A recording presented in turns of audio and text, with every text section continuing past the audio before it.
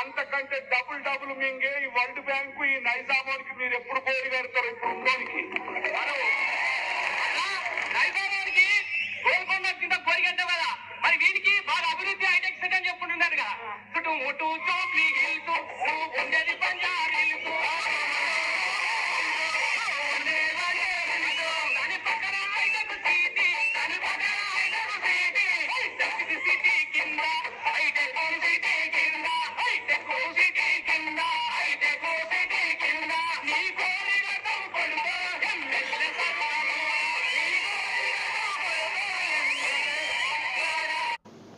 Friends, పాట విన్నారు కదా. పాట 1995 నుంచి 2004 వరకు జరిగినటువంటి రాక్షస పాలన అంతం చేయాలని కోరుతూ ప్రజా కళాకారులు నినదించినటువంటి దృశ్యం అది.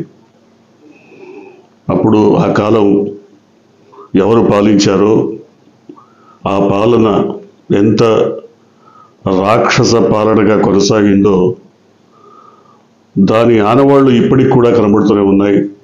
ఆంధ్రప్రదేశ్లో పోలీసు రాజ్యం నడుస్తోందని ఇవాళ వైసీపీ డీజీపీకి ఇచ్చినటువంటి ఒక లేఖలో పేర్కొంది. పోలీస్ అకృత్యాలు పెరిగిపోయాయి, పోలీస్ దౌర్జన్యాలు పెరిగిపోయాయి, పోలీసుల దాడులు పెరిగిపోయాయి, చట్టానికి వ్యతిరేకంగా పోలీసులు తీసుకుంటున్నటువంటి చర్యలు, ప్రశ్నించిన వారిని కూడా జైళ్ల పాలు చేస్తున్నటువంటి పరిస్థితి. సో వీటన్నిటినీ పేర్కొంటూ వైఎస్ఆర్సీపీ డీజీపీని కలిసింది, మరికొందరికి కూడా తమ విజ్ఞప్తిని అందజేసింది. ఏం చేసినా కొనసాగుతున్నటువంటి దమనకాండ, పోలీసు రాజ్యంలో పోలీసులు అనుసరిస్తున్న వైఖరి, దమనకాండను కోర్టులు కూడా ప్రశ్నిస్తూనే ఉన్నాయి పలు సందర్భాల్లో. ఇది ఖచ్చితంగా పోలీసు రాజ్యంగా మారిపోతుంది, ఇష్టారాజ్యంగా మీరు చర్యలు తీసుకోకూడదు అని తగిన విధంగా చెప్తూనే ఉంది. కానీ ఎక్కడా మారటలేదు. కొంతమంది పోలీసులు, అందరూ కాదు, కొంతమంది పోలీసులు వాళ్ళు పచ్చపార్టీ అనుయాయులుగా మారిపోయి పచ్చపార్టీ నాయకుల తాబేదారులుగా వ్యవహరిస్తున్నారని వైసీపీ ఘాటుగానే విమర్శిస్తోంది. అయితే ఇక్కడ అనేక దృష్టాంతాలు కనబడుతున్నాయి. గత 11 నెలల కాలంలో, దాదాపు 1 ఏడాది కాలంలో సోషల్ మీడియా యాక్టివిస్టులని ఎంత అనుచితంగా, దౌర్జన్యంగా వారిని అరెస్టు చూపించి పోలీస్ స్టేషన్ల చుట్టూ తిప్పి వారిని ఎంత నిర్దాక్షిణ్యంగా వారి పట్ల ప్రవర్తిస్తున్నారో అర్థమవుతుంది. ఎప్పుడో 10 ఏళ్ల క్రితం మాట్లాడినటువంటి సందర్భాన్ని పురస్కరించుకొని సినీ నటుడు పోసాని కృష్ణమురళిని మరి పోలీస్ స్టేషన్ల చుట్టూ తిప్పి రాష్ట్రమంతా దాదాపు 2 నెలల పాటు జైళ్ల పాలు చేసినటువంటి దృష్టాంతం చూశాక పోలీసు రాజ్యం నడుస్తోందని వైసీపీ చెప్పడంలో ఔచిత్యం కనబడుతోంది. తాజాగా సాక్షి సంపాదకుడు ధనంజయ రెడ్డి నివాసంలో కనీసం సెర్చ్ వారెంట్ కూడా తీసుకురాకుండా అక్కడికక్కడ ఏదో చేతితో రాసిచ్చేసి ఆయన ఇంటిని సోదా చేయటం, అక్కడెవరో లిక్కర్ స్కామ్కి సంబంధించిన వాళ్ళని ఇంట్లో ఉంచారన్న వార్తలు రావడంతో వెతికామని చెప్పడం, ఇవన్నీ కూడా అసంబద్ధమైనటువంటి విషయాలు. బెదిరించే విషయాలు. ఎందుకంటే పోలీస్ నిర్బంధం ఎప్పుడైతే పెరుగుతుందో, పోలీసుల అకృత్యాలు ఎప్పుడైతే పెరిగిపోతాయో, పోలీసు రాజ్యం ఎప్పుడైతే ఇంతగా తెగిస్తుందో, తెగబడుతుందో, అప్పుడు ప్రజల్లో తిరుగుబాటు వస్తుంది. ఖచ్చితంగా ప్రజా తిరుగుబాటుకి అది పునాది అవుతుంది. అందుకనే గద్దర్ పాట చూపించాను. గద్దర్ పోలీసుల మీద కూడా మాట్లాడాడు. మీరంతా ఎవరో కాదు, మా నుంచి వచ్చిన వాళ్ళే, మా మధ్యన తిరిగేటువంటి మీ తల్లిదండ్రులు, అక్క చెల్లెళ్ళు, అన్నదమ్ములు వాళ్ళంతా మా మధ్య తిరుగుతున్నారు. మీరు మాత్రం ఆ డ్రెస్ వేసుకొని మా మీద అకృత్యాలు చూపిస్తున్నారు. ఇది కరెక్ట్ కాదని పాడతాడు ఒక పాటలో. ఇక్కడ మనం పోలీసుల్ని తప్పు పట్టడానికి ఏం లేదు, పోలీసుల్ని నిజంగా వారిని బాధ్యుల్ని చేయటానికి కూడా లేదు. ఎందుకంటే ప్రభుత్వం ఏం చెబితే అది చేయాల్సిన పరిస్థితి, ఏది చూపిస్తే దాన్ని అనుసరించాల్సినటువంటి పరిస్థితి ఉందని కూడా అర్థం చేసుకోవాలి. అట్లాగే కొన్ని సందర్భాల్లో చాలా తీవ్రంగా కూడా స్పందిస్తున్నారని అర్థమవుతోంది. ఉదాహరణకు ప్రకాశం జిల్లాకు సంబంధించిన ముప్పవరపు వీరయ్య చౌదరి హత్య కేసులో మరి సాక్షి వాళ్ళ వెలువరించినటువంటి కథనం చూస్తే, ఒక అమాయకుడిని తీసుకొచ్చి నిందితుడిగా పేర్కొని అతన్ని ఏదో చెప్పమని, తప్పు ఒప్పుకోమనో మరోటో అతని మీద దౌర్జన్యం చేయడంతో లాకప్లో అతను చనిపోయాడు, లాకప్ డెత్ జరిగిందన్న విషయాన్ని సాక్షి ప్రచురించింది. అదే కనుక నిజమైతే చాలా తీవ్రమైనటువంటి విషయం. పోలీసుల దమనకాండ, లాకప్లో ఆ విధంగా ఒక నిందితుడు అవునో కాదో తెలియదు, నిందితుడి పేరుతో తీసుకొచ్చిన వ్యక్తి మరణం చాలా తీవ్రమైనటువంటి విషయం.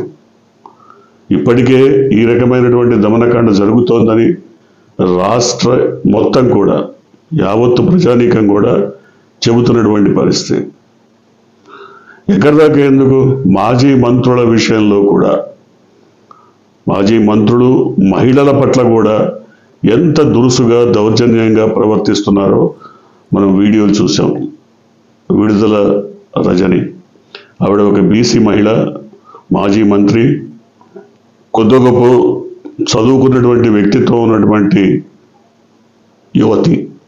ఆమెను కూడా ఎంత నిర్దాక్షిణ్యంగా, ఎంత అసహ్యకరమైన భాషతో, ఎంత అవమానకరంగా ఆమెను ట్రీట్ చేశారన్నది వీడియో చూసాం. కానీ లా అండ్ ఆర్డర్ అదుపు తప్పి, మరి ఒకవేళ పరిస్థితులు కనుక అదుపు తప్పితే అది పోలీసులకి మంచిది కాదు, ప్రభుత్వానికి అంతకంటే మంచిది కాదు. ఎందుకంటే లా అండ్ ఆర్డర్ ఏ రాష్ట్రంలో అయినా ముఖ్యమంత్రి చేతుల్లోనే ఉంటుంది. హోంమంత్రి కేవలం అడ్మినిస్ట్రేటివ్ వ్యవహారాలు మాత్రమే చూస్తారు. ఆంధ్ర రాష్ట్రంలో కూడా అంతే. హోంమంత్రి కేవలం అడ్మినిస్ట్రేటివ్, పాలనాపరమైనటువంటి వ్యవహారాలు చూస్తారు. కాబట్టి ఆమె చెప్పచ్చు నాకేం సంబంధం లేదు అని కూడా అనొచ్చు. ఇది చూసేది నేరుగా ముఖ్యమంత్రి, లా అండ్ ఆర్డర్ని పర్యవేక్షించేది ముఖ్యమంత్రి. కాబట్టి ముఖ్యమంత్రి మరి పోలీసులతో మాట్లాడేటప్పుడు, పోలీసులకు సలహాలు సూచనలు ఇచ్చేటప్పుడు ఫ్రెండ్లీ పోలీస్ అనేది తీసుకురావాలని భారతదేశం మొత్తం కోరుతోంది. అంటే పోలీసులకి ప్రజలకి మధ్య ఒక సుహృద్భావ వాతావరణం ఉండాలి. పోలీసులు అంటే ఎవరో కాదు, వాళ్ళు దయ్యాలో రాక్షసులో కాదు, మనలోంచి వచ్చిన వాళ్ళు, మనవాళ్ళు అనే ఒక భావన, ఒక ఆత్మీయ స్పర్శ ఉండాలి వాళ్ళతో అని కోరుకుంటున్న నేపథ్యంలో పోలీసులు ఈ రకంగా ఎందుకు ప్రవర్తిస్తున్నారు? ఆమె కారులో వెళ్తున్నప్పుడు ఆమె కారుని చుట్టుముట్టి ఆపి ఆమె పక్కన ఉన్నటువంటి పిఏని అరెస్ట్ చేయాలనుకున్నప్పుడు అతని మీద మోపినటువంటి కేసులు ఏంటో చెప్పచ్చు. ఒకవేళ వారెంట్ ఉంటే చూపించవచ్చు, ఇది వారెంట్ ఉంది, అరెస్ట్ వారెంట్ అని చూపించవచ్చు. లేదా అసలు ఏం కేసులు మోపారో ఎఫ్ఐఆర్ ఏమైనా ఉంటే చూపించవచ్చు. ఏదైనా చేయొచ్చు. కానీ ఏమీ లేకుండా దౌర్జన్యంగా ఆమెను నెట్టేసి కారులోంచి ఒక సిఐ చేసినటువంటి అరాచకం మాత్రం రాష్ట్ర ప్రజలందరినీ కలిచివేసిందని చెప్పుకోవాలి. ఇలా చెప్పుకుంటూ పోతే అనేక పరంపరలు ఉన్నాయి. పోనీ మిగతా కేసుల విషయంలో ఏదైనా స్పందిస్తున్నారా అంటే ఎక్కడా లేదు. అంబటి రాంబాబు లాంటి వాళ్ళు మరి సోషల్ మీడియా కార్యకర్తల పైన కొన్ని వందల వేల వీడియోస్ తీసుకొచ్చి ఇంత అనుచితమైన దుర్భాషలాడుతూ పెట్టినటువంటి వీడియోస్ ఉన్నాయి, వీటి మీద చర్య తీసుకోండి అంటే ఇంతవరకు కనీసం వాటిని చూసిన పాపన కూడా పోలే. ఎందుకు ఈ డిస్పారిటీ, ఈ వివక్ష ఎందుకు? అంతేకాదు లా అండ్ ఆర్డర్ పూర్తిగా నాశనం అయిపోయింది ఏడాదిలో అని చెప్పడానికి కర్నూలు జిల్లా ముచ్చుమరిలో 8 ఏళ్ల బాలికని రేప్ చేసి, బ్రూటల్ రేప్, అది గ్యాంగ్ రేప్, అది 8 ఏళ్ల బాలికని బ్రూటల్గా గ్యాంగ్ రేప్ చేసి మర్డర్ చేసి ముక్కలు చేసి నదిలో పారేశామని చెప్తే ఈ రోజు వరకు కూడా దాని విషయం, అసలు మా పిల్ల డెడ్ బాడీ ఎక్కడ ఉంది, ఏం జరిగింది, ఈ రోజు వరకు తేలినటువంటి పరిస్థితి. మరి వెనుకొండలో రషీద్ అనే ఒక వ్యక్తిని నడి రోడ్డు మీద ముక్కలుగా నరికేసినటువంటి పరిస్థితి. ఎక్కడ దాకా ఎందుకు? మొన్న కూడా అనంతపురం జిల్లాలో రాప్తాడు నియోజకవర్గంలో వైసీపీ నాయకుడిని కిరాతకంగా నరికి చంపినటువంటి పరిస్థితి. ఎందుకని ఇట్లాంటివన్నీ ఉన్నప్పుడు కేవలం నేను 3-4 అంశాలనే పేర్కొన్నాను. ఇలాంటివి వందల కొద్ది జరుగుతున్నాయి. గురజాల ప్రాంతంలో అయితే ఇప్పటికి కూడా గ్రామాలకు రానటువంటి దళిత కుటుంబాలు వందల కొద్ది ఉన్నాయి. వాళ్ళందరినీ బెదిరించి ఊళ్ళు ఖాళీ చేసి వెళ్ళిపోయేలా చేసిన దౌర్భాగ్యమైనటువంటి స్థితి ఎన్నాడు కొనసాగుతుంది ఇట్లా? అందుకనే కదా ఇట్లాంటి పోలీసు రాజ్యం పెరిగిపోయినప్పుడు, ఒత్తిళ్లు పెరిగిపోయినప్పుడు, అసలు ఉక్కిరిబిక్కిరైపోయినటువంటి ప్రజానీకం ఏం చేయాలో తోచక తిరుగుబాటు చేసేది ఇట్లాంటి స్థితే కదా. మనం చూసాం, మరి గద్దర్ కానీ, ఇందాక రసమయ్య బాలకృష్ణన్ కానీ, వాళ్ళందరూ దేశపతి శ్రీనివాస్ కానీ, వాళ్ళంతా పాడిన పాటలు చూసాం. వాటిలో నిర్బంధాలకు సంబంధించే వాళ్ళు చెప్తున్నారు. పోలీసులు చేస్తే మాత్రం అతి చేస్తే మరి మిలిటరీని కూడా ఏ విధంగా నైజాం మిలిటరీని ఎదుర్కొన్నది చూపించారు. నాకు తెలుసు ఖమ్మం జిల్లా పండితాపురంలో ఇట్లాగే రైతాంగ పోరాటం జరిగినప్పుడు వాళ్ళు సాక్షాత్తు డిఎస్పీ సహా కొంతమందిని చంపేసినటువంటి పరిస్థితి. సాయుధులై ఉన్నటువంటి పోలీస్ యంత్రాంగాన్ని, బలగాన్ని కూడా నిలువరించి చంపేసినటువంటి పరిస్థితి. సో ఎందుకు ఇంతగా మరి ప్రజల్లో వ్యతిరేకత, ఆవేశం పెళ్ళుబుకుతోంది అంటే ఈ చర్యలే. పోలీసుల దమనకాండ. పోలీసుల్ని వాళ్ళ పని వాళ్ళని చేసుకొని ఇస్తే అసలు వాళ్ళకి చట్టం ప్రకారం ఏం చేయాలో అది చేయమని చెప్తే వాళ్ళు చక్కగా చేయగలుగుతారు. అందరు పోలీసులు చేయగలుగుతారు. కానీ వాళ్ళ పని వాళ్ళు చేసుకొని ఇవ్వకుండా వాళ్ళని ఒక రాంగ్ డైరెక్షన్లో మూవ్ చేస్తున్నప్పుడు ఇలాంటి పరిస్థితులే ఎదురవుతాయి. ఇవాళ ప్రతిపక్షం పైన దమనకాండ ఎంత పెరిగిపోయిందంటే చివరికి వాళ్ళు కూడా తిరుగుబాటు చేసే స్థితికి నెట్టబడుతున్నారు. ఒకవేళ అదే కనుక వస్తే రాష్ట్రంలో అశాంతి పెరిగిపోతుంది. ప్రజలందరూ కూడా వర్గాలుగా విడిపోయేటువంటి పరిస్థితి ఏర్పడుతుంది. వాళ్ళ నక్సలిజం ఎందుకు పెరిగింది దేశంలో? ఈ పోలీసు దమనకాండ నుంచే కదా, పోలీసుల ఒత్తిడి నుంచే కదా. అటు పక్క పోలీసులు, ఇటు నక్సలైట్లు విడిపోయి 2 గ్రూపులుగా విడిపోయి దాని ప్రభావం గ్రామాల మీద పడింది, ప్రజల మీద పడింది, ప్రజా సంఘాల మీద పడింది, వ్యాపారస్తుల మీద పడింది. అనేక అంశాల్లో ఈ మొత్తం యుద్ధకాండ అంతా కూడా ప్రభావం పడింది. ఇప్పుడు కూడా అంతే.